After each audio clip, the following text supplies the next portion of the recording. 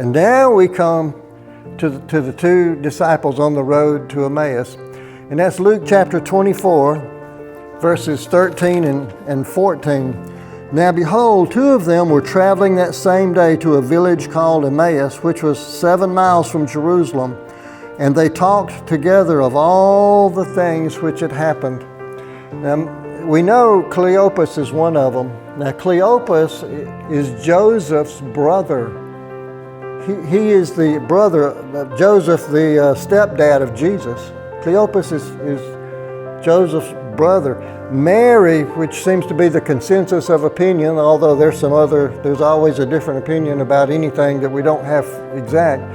But most people think that Mary, this is the wife of Cleopas. And she was the mother of James the Less.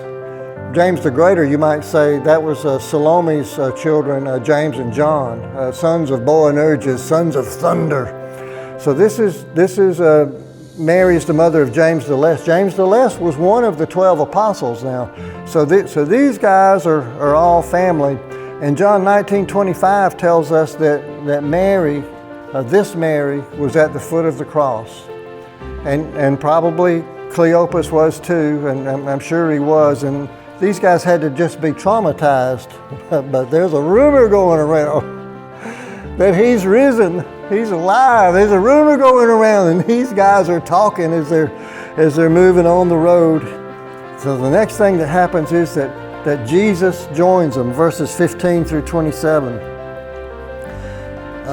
Verse 15, and so it was, while they conversed and they reasoned, that Jesus himself drew near and went with them, but their eyes were restrained so that they did not know him.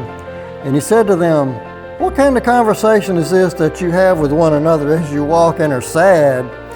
And then the one whose name was Cleopas answered and said to him, are you the only stranger in Jerusalem, and you have not known the things which happened there in these days? And he said to them, what things? Jesus is God, he knows everything, and he was the one who lived it. What things? What are y'all talking about? Jesus wants to know what's in our heart. He cares about us. He wants to know what's in our heart. And so they said to him, the things concerning Jesus of Nazareth, who was a prophet, mighty in deed and word before God and all the people, and how the chief priests and our rulers delivered him to be condemned to death and crucified him. But we were hoping that it was he who was going to redeem Israel. Indeed, besides all this, today is the third day since these things happened. Yes, and certain women of our company who arrived at the tomb early astonished us. When they did not find his body, they came saying that they had also seen a vision of angels who said that he was alive. And certain of those who were with us went to the tomb and found it just as the women had said, but him they did not see. Of course, he's talking about James and John there, or Peter and John there. And then he said to them, O foolish ones, and slow of heart to believe in all that the prophets have spoken. Ought not the Christ to have suffered these things and to enter into his glory? And beginning with Moses and all the prophets, he expounded to them in all the scriptures the things concerning himself.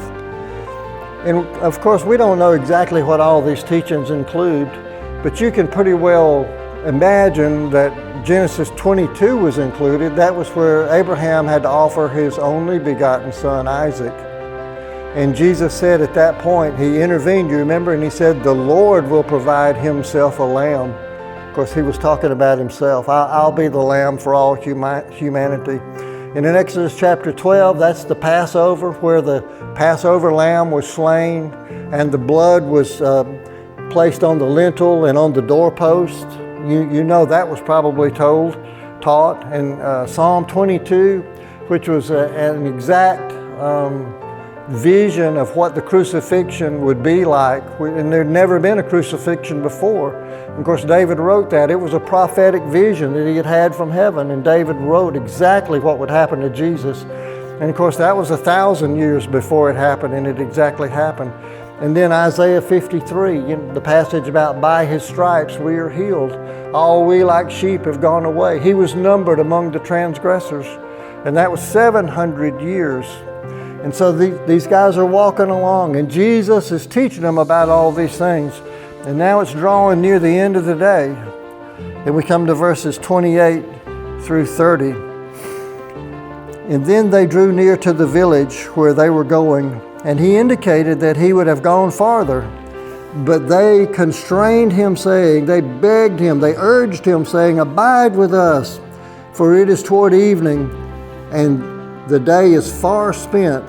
And he went in to stay with them. Verse 30, and now it came to pass, as he sat at the table with them, that he took bread, and he blessed it, and he broke it, and he gave it to them. So this is a prayer that will absolutely be answered. They begged Jesus to stay. "Please, Jesus, please." That's a prayer he'll answer. He answered that prayer. If we beg Jesus to save us, "Please, Jesus, please save us," he will answer that prayer. He will answer that prayer. That's a prayer that he will answer. And then what happened next is Jesus disappeared. Look at verse 31 and 32. And then their eyes were opened, and they knew him. They knew it was Jesus, and he vanished from their sight. And they said to one another, "Did not our heart burn within us while he talked with us on the road, and while he opened the scriptures to us?"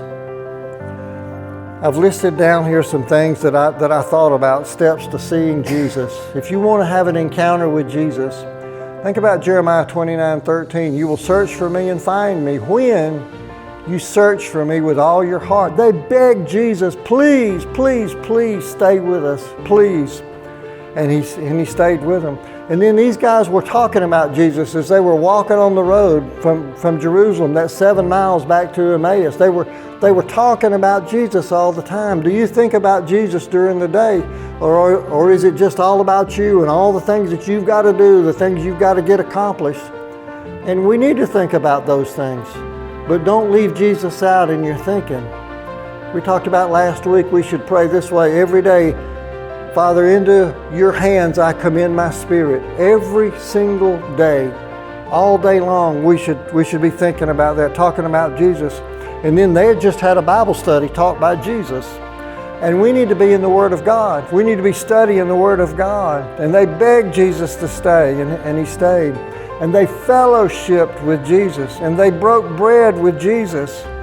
And I think that we could talk about that when we have communion. We're breaking bread with Jesus. And then their eyes were opened.